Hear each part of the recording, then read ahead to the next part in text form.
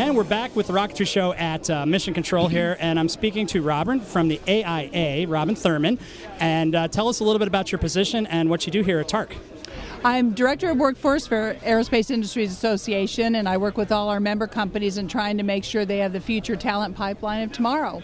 Here at TARC, I'm escorting the wonderful corporate sponsors around, and we're so grateful for all of their interest in making sure that these kids get excited about STEM. Oh, it's fantastic. And how long have you been associated with TARC?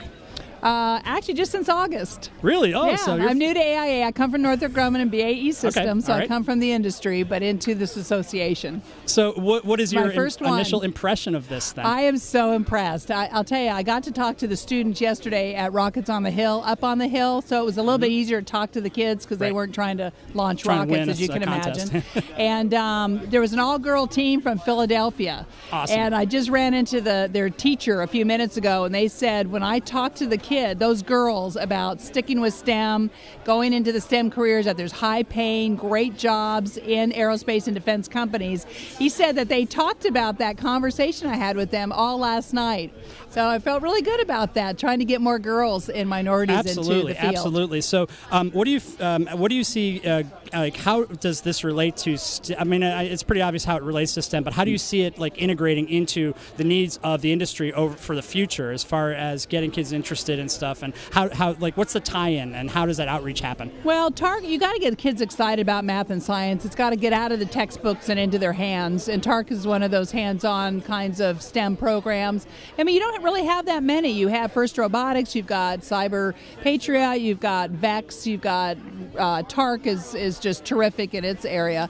And there's really not that many hands-on STEM programs for kids, especially for middle and high school students.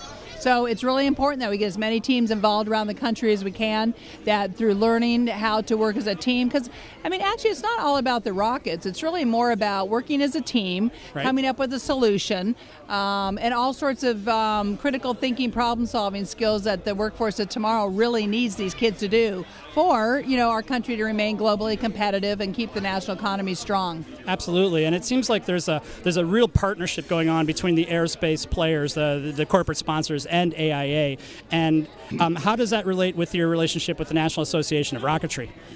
Well, NAR and AIA are a team on launching this whole program. I think it's the NAR volunteers out in the field around the country, in the states and local communities, that actually the mentors to the students.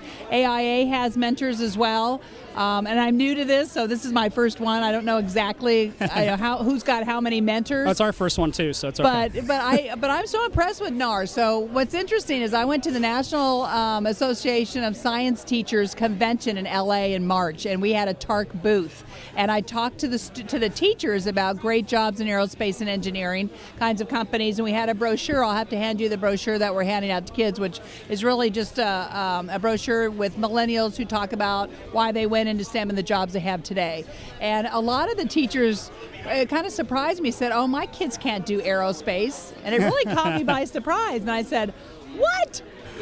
Well, we'll change that. I'm glad you're not my teacher, my kid's teacher, right? Let's work on that. Yeah, so I thought, well, maybe they had a special needs class or something like that. But I thought, okay, we have more of a problem than I thought. If we have to convince teachers that they can teach and that the kids can do aerospace kinds of classes. And at that age, it's not really like you're teaching an aerospace engineering course. It's more just getting them interested in science and math in general. Well, I mean, it's probably an easy sell to the kids, right? I mean, considering how cool Rocketry is. I ran a TARC team. We didn't make it this year. This is our first time that we did. But it seems like it would be a very easy sell for the kids. So well, the last rocket contest I went to, they were launching little tiny rockets with Alka-Seltzer tablets. Okay. Well, hey, start somewhere. We've come a long way with TARC, I think. Absolutely. So, I mean, this is the largest rocketry contest in the country, and possibly, I believe, the world too. It is. So, it is. And it is a global competition. The winner of this team, today's competition will go to the Paris Air Show and compete with Japan and the UK and some other teams. Now, does AIA involve international aerospace organizations with that, or how does that work? Those kids are sponsored by Raytheon. Okay. Over to the Paris Air Show or the Farnborough Air Show, depends on the year. And I think locally, that's a great question. I don't know who sponsors the teams in the other countries. That's a good question. I was just curious, but okay. So, you, as far as your corporate partners, how do you feel still obviously they're engaged in it, but do they feel that they're really getting a great return on their investment for this for the future? Oh, I think so. I think once you come out and talk to the kids, I mean, this is their workforce right here. These students right here, they should be going out there making job offers, or at least offering scholarships for college and things like that. But without visibility, all their signs are up, and today's students really, they know Google, they know Amazon, they know Facebook. Yep. They know those kinds of companies because they interact with them. They don't know necessarily Lockheed Martin, Northrop Grumman, Thales, what those companies do. Right. And so the visibility to have the signage up here to really go and talk to, we have a table today where the corporate volunteers and sponsors are talking. It's like meet an engineer kind of table. Cool. So the students can go over and talk to the employees and find out what their jobs are, where they went to school. That's awesome. I think it's great. And obviously it's AIA, the National Association of Rocketry, all the corporate partners that have engaged in this thing for over the course of years. It's really cool to see. Just from just from not only a science standpoint, but to invest in the future for the kids, for our country.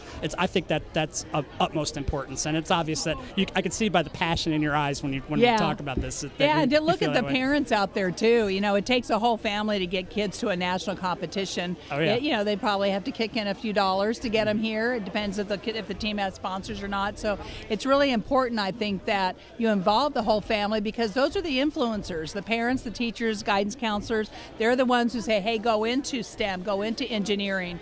And we need those parents to buy into this as much as we need the kids. I do have another question to throw in, too.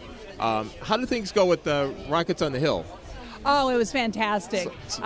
We had some corporate sponsors. The big ones spoke yesterday. But what I had fun doing is going around to the tables. They were all split up by states and talking to the teams. There was one team that had a black rocket with a gold cone on it, and it said Trump. So I said, it was funny. I said, so did you build this rocket before Donald Trump became president? And they said, no, we did it after president. They were so excited about that. And wow. I thought, you know what? They're not. Listen, he's president of our United States. Yeah. We have a team that put Trump on their rocket.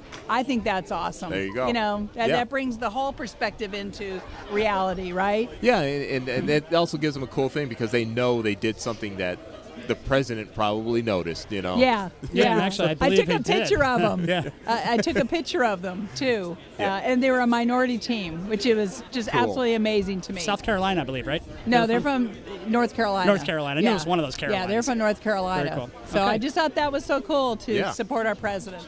There you go. All right. Well, thank you very much. Thank you. For coming on.